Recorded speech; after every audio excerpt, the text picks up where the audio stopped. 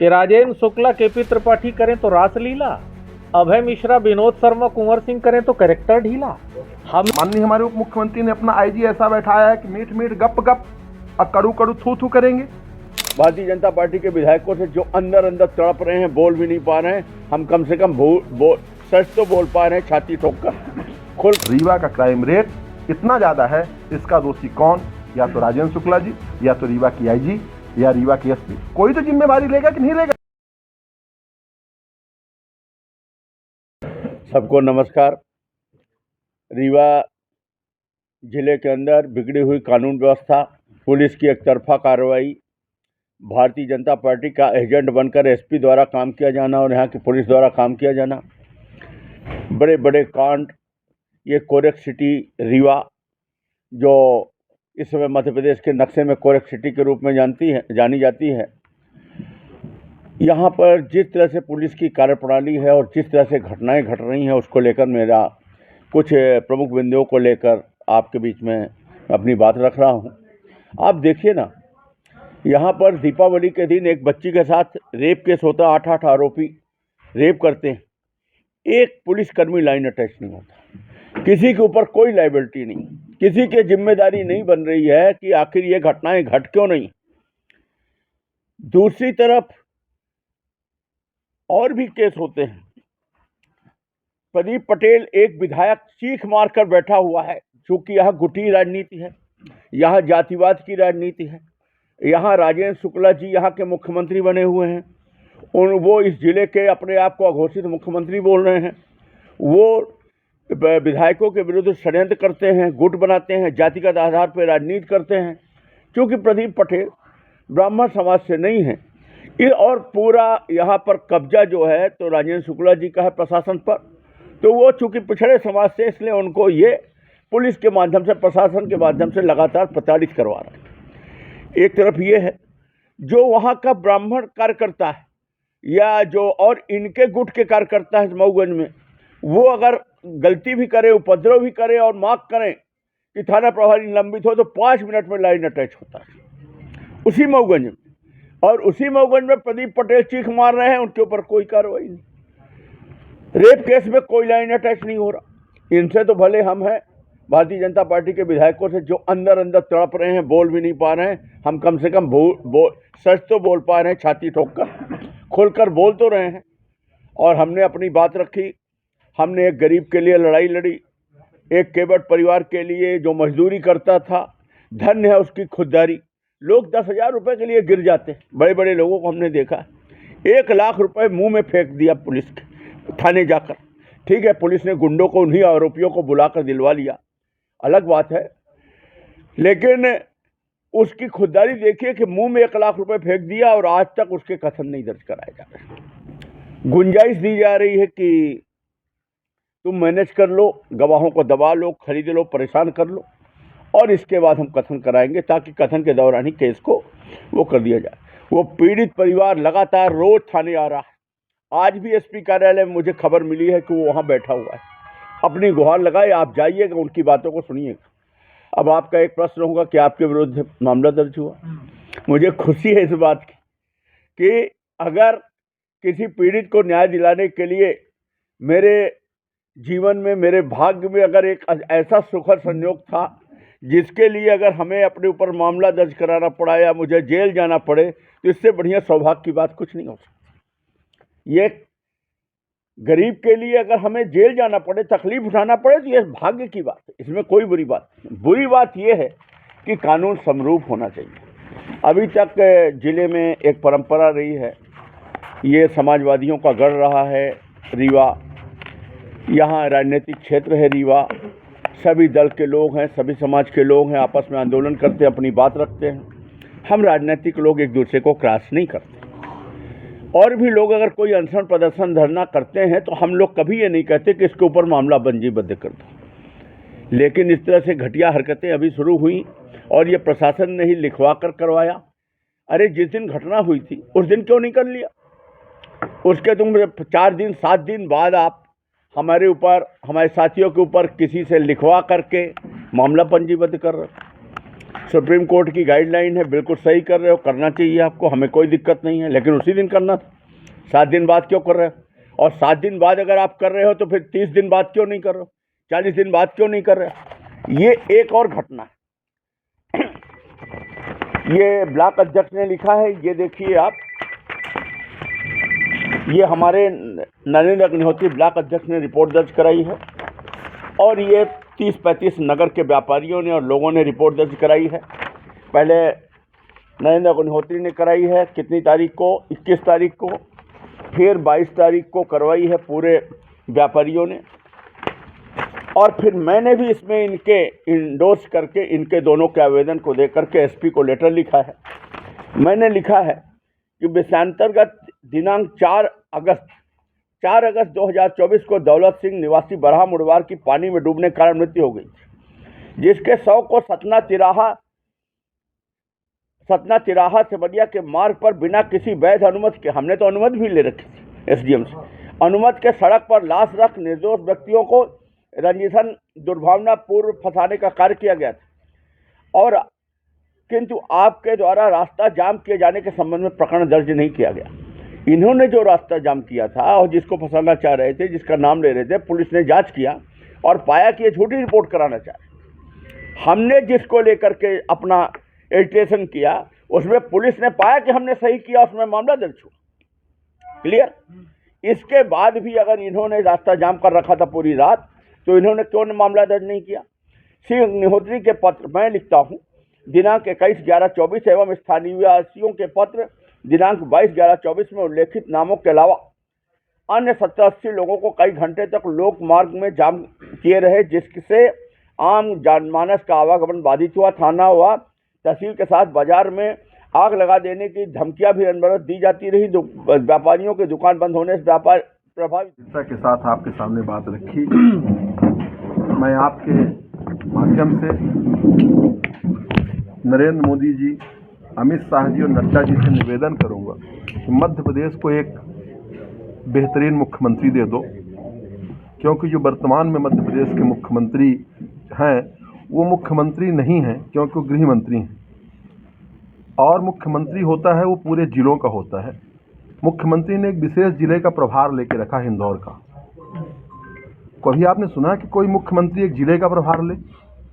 उनको उस विशेष जिले से प्रेम है, क्योंकि वो भी हमारे रीवा वाले उप मुख्यमंत्री के साथ रह के ज़मीन का खरीदना, व्यापार करना, शराब के उसमें शामिल हो गए।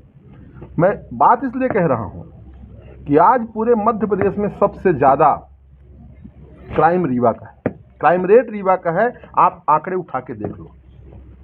और जब क्राइम रेट रीवा का है, तो आज ही मुझे पता चला कि रीवा के आईजी महोदय किसी पुस्तक का सरकारी खर्चा से विमोचन कर रहे हैं। हो सकता है मैं गलत हूं, हो सकता है उस पुस्तक में गुड़ की बलात्कार की घटना का जिक्र उन्होंने किया हो सकता है उस पुस्तक में सिमरिया में हुए हत्याकांड जो चाकू मार के किया गया उसका उसमें आईजी महोदय विमोचन करा रहे हो सकता है। पर मुझे यह बिल्कुल पता है कि आईजी साहब रिटायर भी होने वाले, हो सकता है मुंशी प्रेमचंद की स्टाइल में वो कवि सम्मेलन, कविता लिखें, कहानी लिखें, पर सरकारी पैसे से पुस्तक का विमोचन होना।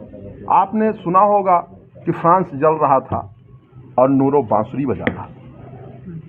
रीवा में लॉ एंड ऑर्डर की क्या स्थिति है? मऊगंज की हालत आप देख रहे हैं कि कोई माने वहाँ का विधायक अपने आप को कमरे में बंद कर लिया, पत्नी से मिलने नहीं दे रहे, अब उसके गनमैन को भगा दिए, उसके पीए को भगा दिए, और एक तरफ तुम अपना बांसुरी बजा रहे हो। कौन सा आज वहाँ कार्यक्रम करोगे? तो क्या आप लोग जरूर ये पूछिएगा कि क्या इन घटनाओं का जिक्र है? जो घटना मैंने अभी आपको बताया जो विगत दिनों हुई है, 1 महीने के अंदर। हमने दिवाली नहीं मनाया, दीपावली के दिन हम लोग सिरमौर चौराहे में धरने में बैठे रहे। जितने लोग यहाँ बैठे, माननीय अभय मिश्रा जी हमारे जो विधायक हैं, पूर्व विधायक लक्ष्मण तिवारी जी, कुंवर सिंह जी, और भी हमारे सब लोग बैठे रहे, आपने देखा। फिर डिठमन के दिन, अगली एकादशी के दिन सिमरिया में हम लोग धरने में बैठे रहे। तो मेरा यही सवाल है, हम लोग दिवाली, छोटी दिवाली ना मना के हम लोग धरना दें, आप नहीं कहते हैं? तो क्या भारतीय जनता पार्टी जिस प्रकार से मीठ मीठ गप गप कड़ू कड़ू थू थू करती है, उसी प्रकार से उन्होंने, माननीय हमारे उप मुख्यमंत्री ने अपना आईजी ऐसा बैठाया है कि मीठ मीठ गप गप और कड़ू कड़ू थू थू करेंगे। अपनी विमोचन में क्या इन घटनाओं का जिक्र करेंगे या नहीं करेंगे? तो एक चीज का होता है श्रेय देना। आपके माध्यम से कहता हूं, 2 किलो गांजा या कुछ पुड़िया पकड़ते हैं तो फला के नेतृत्व में ढिकाने एसपी के, सीएसपी के सब पूरा लिख देते हैं ना लिखते। तो यदि इस प्रकार घटना हुई तो इनका श्रेय किसको देंगे? यदि श्रेय खुद लेते हैं, एसपी को देते हैं, सीएसपी को देते हैं, टीआई को देते हैं, किसको देते हैं? और नहीं तो कम से कम किसी कांग्रेसी को दे दो। तो ये गंभीर घटना है, ये सवाल गंभीर है और ये दर्द का सवाल है। तो मैं उम्मीद करता हूं कि आईजी साहब आज अपना दर्द उस किताब में रखेंगे। और अगला प्रश्न यही होगा कि जो आज उद्घाटन विमोचन है वो उनके निजी खर्चे से है कि सरकारी खर्चे से है, और उसका विमोचन कौन कर रहा? वही रीवा के उप मुख्यमंत्री जी, जो कोरेक्स सिटी के निर्माण मुख्यमंत्री की प्रदेश के पर्ची वाला है। मैं तो मांग किया हूं कि मुख्यमंत्री दे दो रीवा के लिए, प्रदेश के लिए। अभी डमी व्यक्ति बैठा है, पर्ची वाला बैठा है, जिले का प्रभारी इंदौर जिले बस का। तो भाई समभाव नहीं है भाई, मुख्यमंत्री बस बनेंगे तो समभाव होगा। वो एक जिले के प्रभारी हैं तो अपने जिले से प्यार करेंगे, बाकी जिलों की हालत रीवा की आप देख लो। यदि मैं गलत कह रहा हूं कि रीवा का क्राइम रेट मध्य प्रदेश में सबसे ज्यादा नहीं है, तो आप ये कह सकते हो कि हम लोग दोषी हैं। रीवा का क्राइम रेट इतना ज्यादा है, इसका दोषी कौन? या तो राजेंद्र शुक्ला जी, या तो रीवा की आईजी, या रीवा की एसपी। कोई तो जिम्मेवारी लेगा कि नहीं लेगा? इस क्राइम रेट के जिम्मेवार कौन? रीवा के हाथों में जिन नन्हे मुन्ने हाथों को कलम पकड़ानी चाहिए, उनको कोरेक्स पकड़ाने वाला कौन? कोरेक्स स्थिति पकड़ाने वाला कौन? आए दिन मर्डर हो रहे हैं, इनका जिम्मेवार कौन? चैन स्नैचिंग का जिम्मेदार कौन? बलात्कार का जिम्मेदार कौन? चाकू मारने वालों का जिम्मेवार कौन? कोई तो जिम्मेवार होगा जो इसकी जिम्मेवारी ले। यदि हो सकता है उस विमोचन वाली जो पुस्तक है, पुस्तक का नाम शाम तक पता चलेगा। तो मैं यही कहूंगा कि writer of IG, director of Rewa के विकास पुरुष राजेंद्र शुक्ला जी, अब प्रोड्यूसर ऑफ जो भी हो। धन्यवाद। एक देश, एक विधान, एक संविधान। मैं तो मध्य प्रदेश के बारे में कहना चाहता हूं कि मध्य प्रदेश में एक देश, एक संविधान, एक विधान है, तो रीवा में ऐसा क्यों नहीं? सिमरिया में अभी आदरणीय विधायक अभय मिश्रा जी ने पूरी कहानी बताई। मैं तो कहना चाहता हूं कि राजेंद्र शुक्ला, केपी त्रिपाठी करें तो रासलीला, अभय मिश्रा, विनोद शर्मा, कुंवर सिंह करें तो कैरेक्टर ढीला।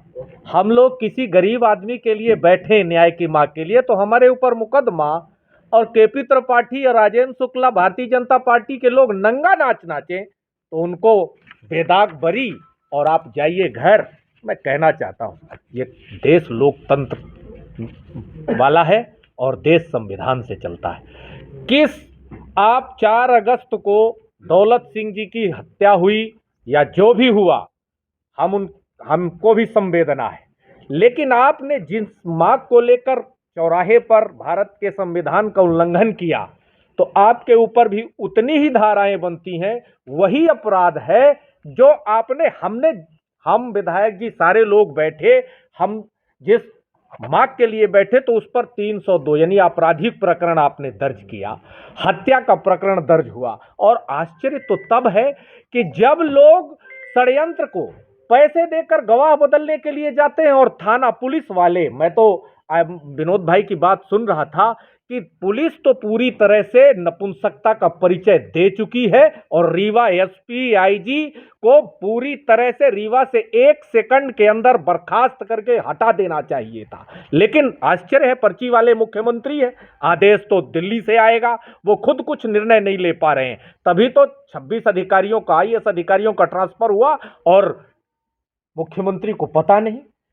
मैं एक बात और कहना चाहता हूं कि सारे नेकी का आप लेते हैं। जैसे कोरोना महामारी हुई तो मोदी जी ने अपना फोटो छपवाया, और जब दुनिया को पता चला कि कोरोना महामारी के टीके में लोग निपट रहे हैं, उस पे साइड इफेक्ट हो रहे हैं, तो तुरंत अपना फोटो हटा लिया। तो ये थूक कर चाटने वाले लोग हैं। मैं विश्वास के साथ कहना चाहता हूं कि ये जो रीवा की स्थिति है, इस पर संज्ञान लेना चाहिए। और मैं धन्यवाद कहना चाहता हूं कांग्रेस पार्टी के जाबाज विधायक अभय मिश्रा जी को, श्री लक्ष्मण तिवारी जी को, विनोद शर्मा जी को, मुन्नू जी को, राजू भाई को, जितेंद्र जी को, सबको, जिन्होंने संघ इस जुर्म जोर के संघर्ष में अपना नारा दबा रखा है और पूरी शिद्दत के साथ हम लोगों को उन्होंने काम लाठीचार्ज करेंगे। विधायक जी बीमार थे, इनकी 500 इनकी डायबिटीज थी, बड़े थे, संघर्ष कर रहे थे रोड पर, लेकिन गरीब के लिए इनको कोई कमी नहीं है। तो मैं ये कहना चाहता हूं कि कांग्रेस पार्टी रोड पर है और आने वाले विधानसभा सत्र में भी रीवा के मामलों पे सियासत गर्म होगी, ये विश्वास के साथ मैं कह सकता हूं। आने वाले समय में रीवा के अंदर भारतीय जनता पार्टी के लोग जो नंगा नाच कर रहे हैं, जो विकास के नाम पर लूट मचा रहे हैं, जो भ्रष्टाचार कर रहे हैं, कभी वो पानी के नाम पर, कभी नहर के नाम पर, कभी कानून व्यवस्था के नाम पर, चावल घोटाले के नाम पर, इन सब की जांच कराए जाने का भी मुद्दा उठाएंगे। हम लोग रोड पर संघर्ष करेंगे। आप सबको बहुत बहुत धन्यवाद।